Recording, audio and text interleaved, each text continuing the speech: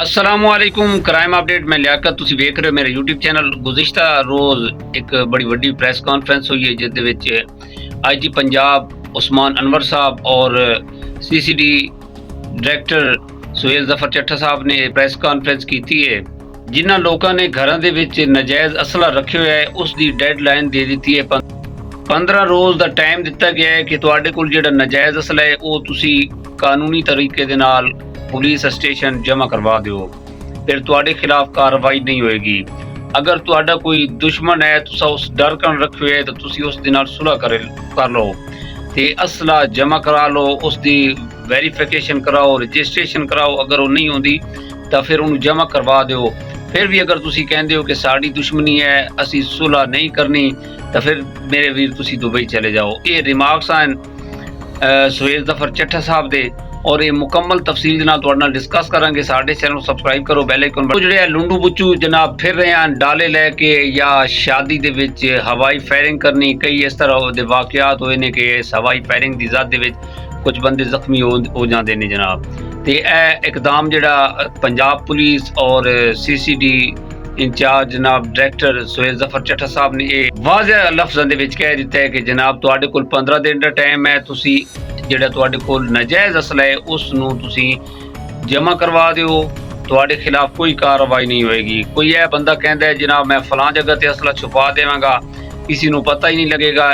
मेरे दोस्तों उन इस बड़ा जदीद दौर है, ऐसे ऐसे आले आ गए ने कि वो दस देन कि जनाब अगर तुसी ज़मीन की गहराई 10-15 फुट गहराई दे विच भी छुपा के रखे होगा तो वो दसेगा कि इत्थे असला है।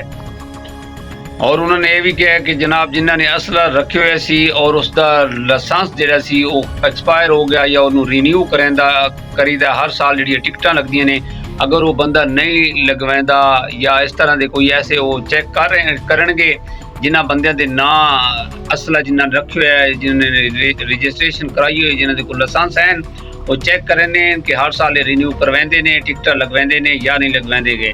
उन्होंने खिलाफ भी फुल कार्रवाई जी हो रही है और वो शुरुआत हो जाएगी। 15 दिन का टाइम है, उस तो बाद जनाब फिर दमादम मस्त कलंदर होगा।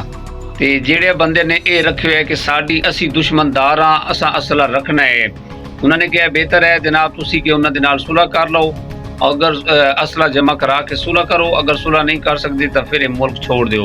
ये उन्होंने वाज़े लफ्ज़ कहा कि उन्होंने कहा जी कोई डील नहीं होएगी। जिस बंदे ने पिस्टल गन कोई भी पंप एक्शन या कोई भी ऐसी अपना असला रखे हुए है उसका जनाब वेल फॉर हल कड्डो। अगर तुहाडा लाइसेंस है उन्होंने रिन्यू कराओ, टिकटां लगवाओ। अगर तुसी जनाब नजायज़ असला रखे हुए है तो खुदारा मेरी रिक्वेस्ट है कि उन्हें जमा करवा दो। बाद में जी तुहाडे उत्ते जलालत आनी, दहशतगर्दी दी एक्ट लगन और ओवरऑल जो कानून कर सकता जनाब उन्हें अपना करना है लाजमी। बाद विच बंदा पछतांदा है कि काश यार मैनूं कोई ओल्ले बंदा समझा देंदा ते मैं कर लैंदा। लेकिन मेरे भाई हुण है तुसी होश दे नाखन लाओ, अगर तुहाडे कोल नजायज़ असला है तो उन्हें जमा करवा दो। यह जिहड़ी पंजाब पुलिस है ये तुहाडी बेहतरी काने इकदाम कर रही है कि जिहड़े आए दिन जनाब कत्लो गारत हो रही है उसनूं ये ख़त्म कर रही है।